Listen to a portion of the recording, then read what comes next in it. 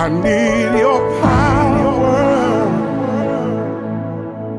in this very hour. I need your glory, so I won't have to worry. I need your presence. That's why I give you reverence. Oh Lord, I need you. I need your deliverance for spiritual clearance. I need your healing to free me from this feeling. I need your grace. I'll forever give you praise. Oh Lord, I need you. Like the flower needs the rain, like a portrait needs a frame, like an old man needs a king. I need you. Like a bird needs to sing, like a bell needs the rain, like a crown needs a king. I need you. I need your guidance when my voices have been silenced. I need your direction when I lost my connection. I need your protection when I have no weapon, no. Lord, I really need you. Like the flower needs the rain, like a portrait needs a frame, like an old man needs a cane. Lord, I need you. Like a bird needs to sing, like a bell needs to ring, like a crown needs a king. You know I need you. Yes, I do, Jesus. Like a bird needs to sing, like a bell needs to ring, like a crown needs the head of a king. I need you. You know I need you, Lord. Oh Lord, I need you. Oh Lord, I need you. Oh Lord, I need you. I need you. Oh Lord, I need you. Oh Lord, I need you. Oh Lord, I need you. Oh Lord, I need you. I need you. I tell you, I need you. Standing at the crossroads of my life, I need you. Need you to make it right. I can't make it on my own. No. Need you to help me to stay strong. I feel like giving up, but I need you to fill my cup. I need you. Hey! I need you, I need you, I need you. I need you. I got tears in my eyes that I need you to wipe. I can't make it on my own. No. Need you to help me to stay strong. I feel like giving up, but I need you to fill my cup. I need you. Hey! I need you, I need you, I need you. I need you. I got tears in my eyes that I need you to wipe. Oh Lord, trouble in my way, don't know if I can make it. Don't even I can take it. I know I need you. I know I need you.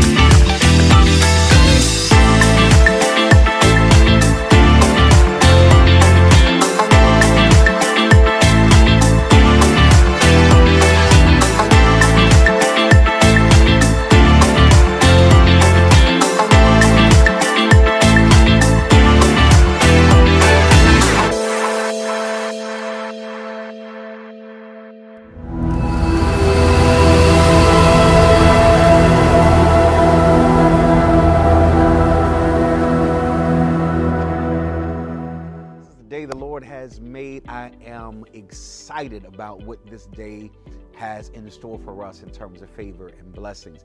Do me a favor, would you hit the share button and just share this message? Somebody needs this teaching that you know. I promise you it's going to change their lives. You have just tuned in, and if you've been following me for the last 2 weeks in this new series, this breakthrough series entitled, I Have to Break Up With You. This is the third installment. We started out understanding our need to break up with trust issues. And then in our second installment, we learned the importance of the necessity of breaking up with emotionally unavailable people or relationships.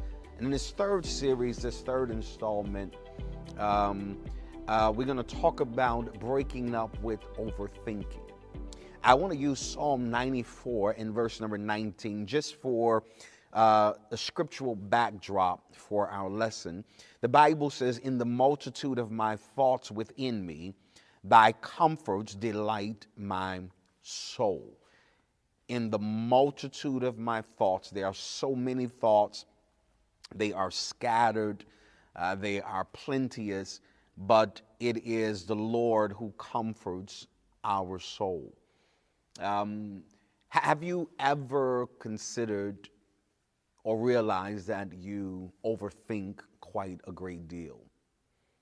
Have you ever found yourself from time to time saying, you know what, maybe I'm overthinking this? Does this sound familiar to you? Because the truth of the matter is all of us from time to time overthink.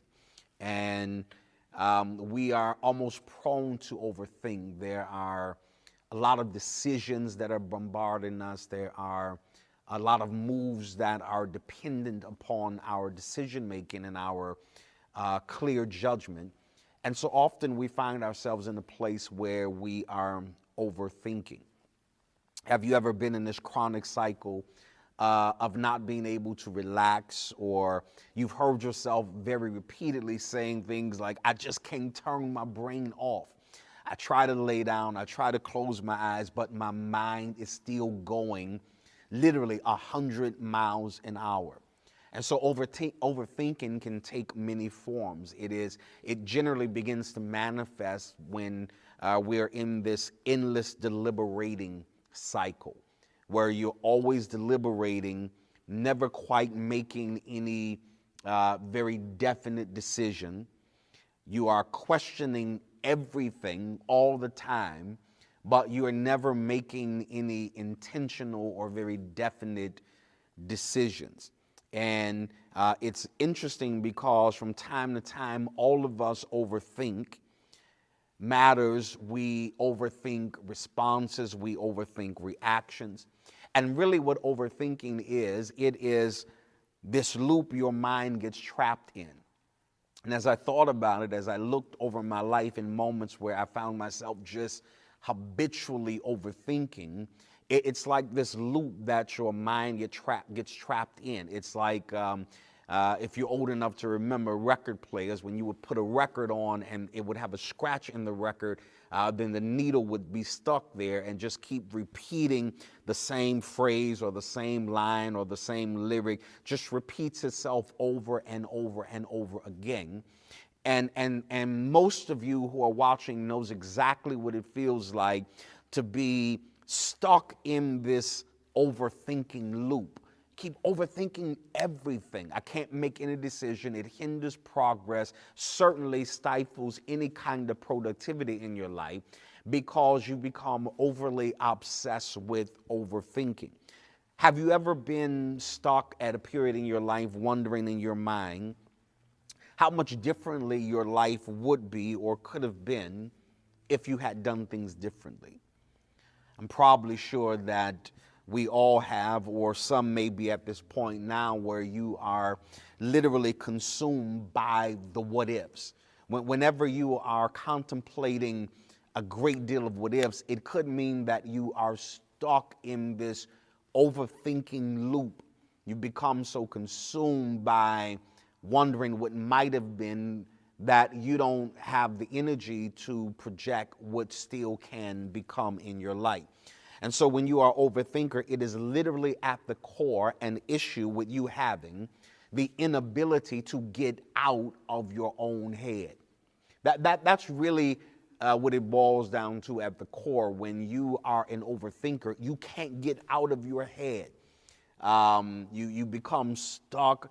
You want to see things the way you want to see them. You hear things the way you want to hear them. And based on how you see things, how you hear things, how you perceive things determines how you will process them. And it could mean that you are in a place where you are simply overthinking. When you tend to just sit and overthink, your internal monologue and narrative is predominantly focused on worrying. When you are a person who is overthinking, then your whole internal monologue, the things that you hear internally, is laced with worry. And this is a very specific type of worrying. It's the kind of worrying that is determined and often seems obligated to make negative predictions about your future livelihood, the future of your life. And you can detect it because overthinkers have a distinct language. And this language is influenced by their chronic worrying. And they say things like, I'll never advance in life no matter what I do, how hard I try, it's never going to happen. And you have to identify this pattern if you are going to interrupt it. You have to identify it if you are ever going to have the ability to interrupt it. So when you are overthinking, you are diverting attention and energy that is necessary to pull you out of mental, emotional, and spiritual ruts and direct you to overall healthier routes in life. That is important. When you are overthinking, you're diverting the attention you need in order to pull yourself out of certain ruts in life, out of certain stages of stagnation in your life. But because you're giving so much attention to overthinking, then you are making no progress. When we overthink, it's interesting because when overthinking goes unchecked, it takes a toll on your overall well-being. I like to say it like this, that when you overthink, generally you underact. And consequently, life doesn't go anywhere. It makes no progression because you are so prone to just keep overthinking and underacting. Because when you are engaged in overthinking, you are usually disengaged from everything that is necessary. In other words, if you're in a place where you're just sitting around overthinking, contemplating, prolonging, dragging out things, then it means that you are disengaged from the necessary. And you are so committed to the non-essential things that your life can never make the kind of progress that it needs to make. And so you're in a place where you're overthinking. Now, it's not to say that what you are thinking about is trivial, but it is to say that it's time consuming.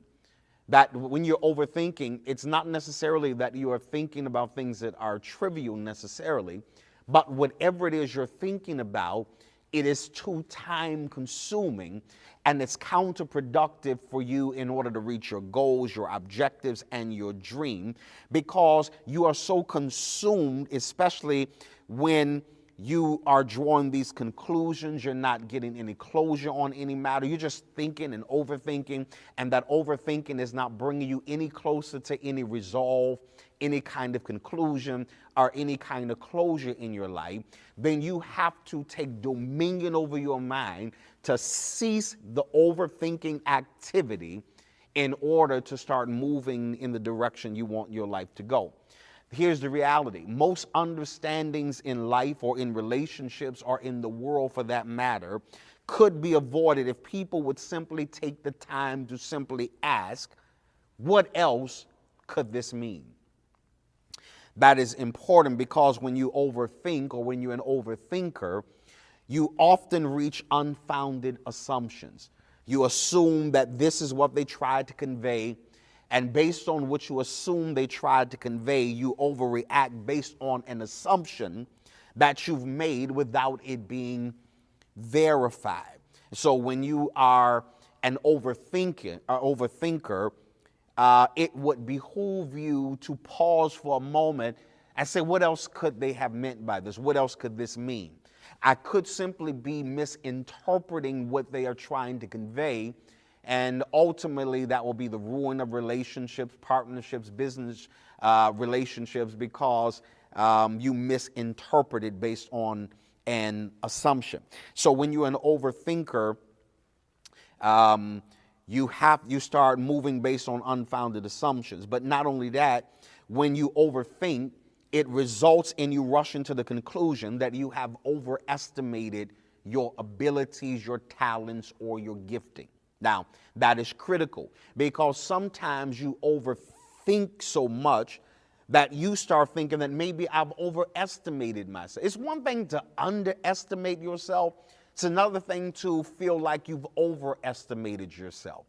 When you start overthinking it, well, maybe I'm not as good as I thought, and maybe I don't have as much gift or skill as I convinced myself that I had. And so when you start overthinking, it starts getting you to create this self-doubt imagery in your mind, and you start concluding that you've overestimated your ability.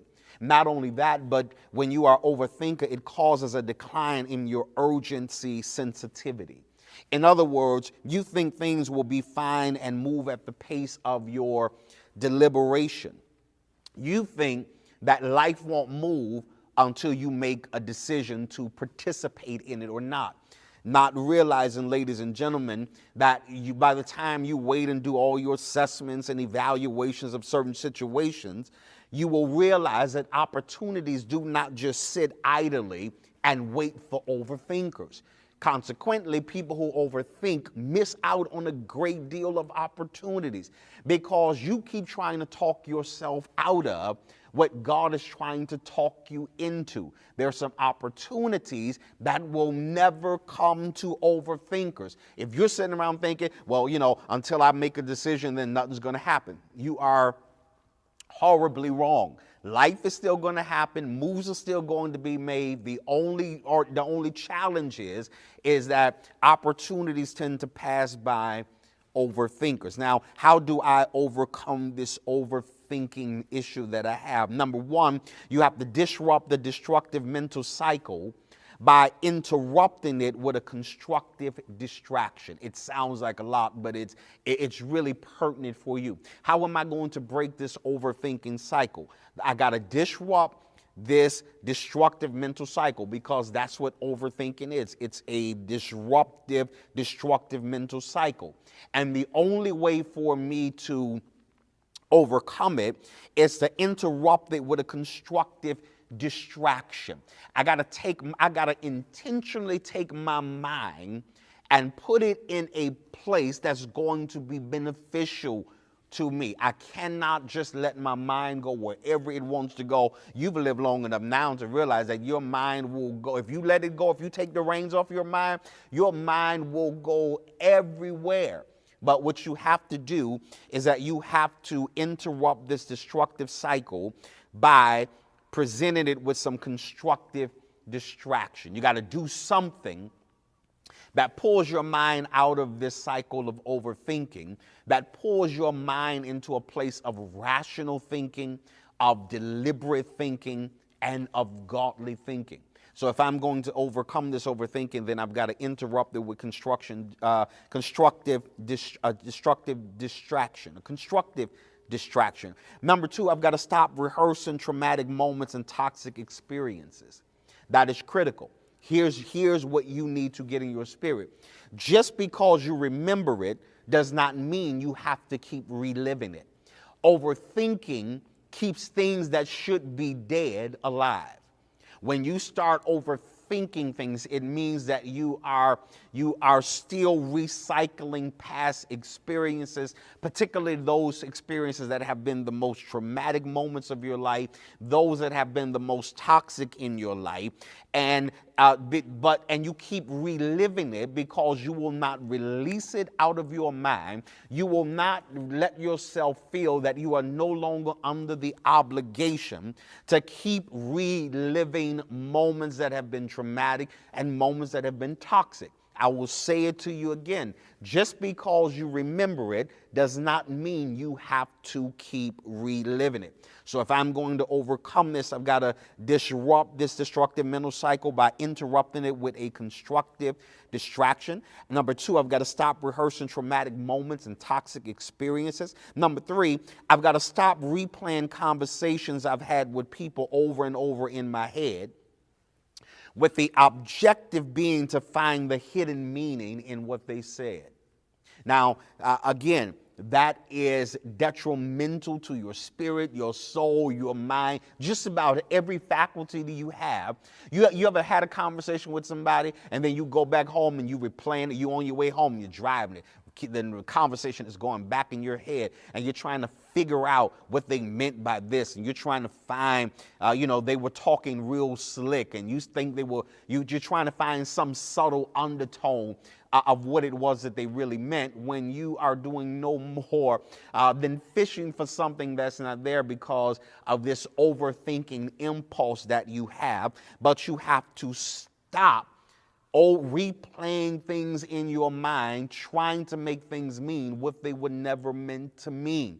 It's going to be distracting, it's going to be discouraging, and it's ultimately going to set you back in ways that you cannot even realize. So I have to stop replaying those conversations. Number four, I've got to stop being regretful and consumed by thinking about all the things you wish you had or had not done. Overthinking puts you in a place. Overthinking literally is the precursor for a cycle of regret, because you, like me, have moments in my life that if I just kind of focused on it, oh my God, there are a whole lot of things I wish I wouldn't have done. There are a whole lot of things I wish I would have done. But the truth is, there's nothing I can do about those moments. They are gone. They are not coming back. I have to decide that if I'm going to live productively, that I have to really begin to break up with this overthinking.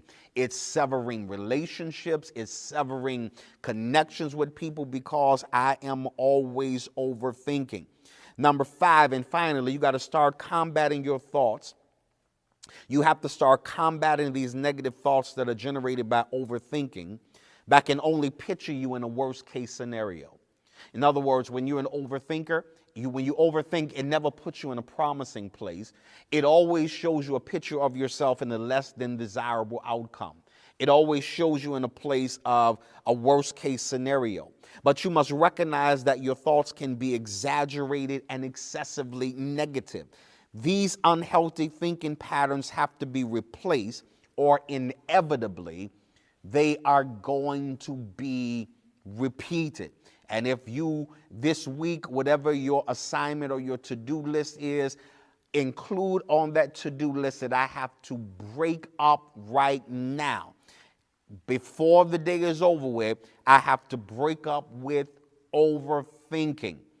If you can break up with overthinking, you're getting ready to see a degree of clarity that you've never seen before. You're going to have a fresh perception that you never thought was possible about your life and about the outcome of your life. But today is the day. Hear me. You have to declare, today I break up with overthinking. Well, it is giving time. I sure hope you have been blessed by this message. I hope it has caused you to think and rethink some things. We're getting ready to prepare to bless the Lord and be a blessing to this ministry. The giving means are right here at the bottom of your screen. Choose the one that's the most convenient for you and make a kingdom investment. Those of you who are tithing, who are connected with this ministry, I want you to release the Lord's tithe. It belongs to him. No question about it. It's not up for negotiation. We honor the Lord with our tithe. And then I want you to prepare a seed on today. I want as many of you that are watching me to make a kingdom seed investment of $50. I want you to plant this seed. I want you to go now. Don't overthink it. Don't you do it.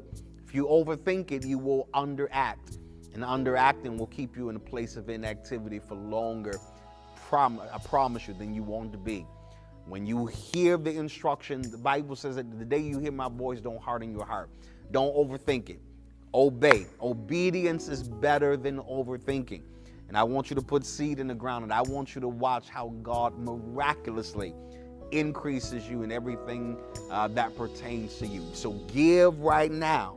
God's going to bless you real good. Well, this is the time that I want to extend an invitation to you to receive Jesus Christ as your Lord. Maybe you're watching today and you've been having a sense in your heart and your spirit that you need more than life has to offer. Nothing you've done has been able to fill that void that you've been feeling for quite a while now.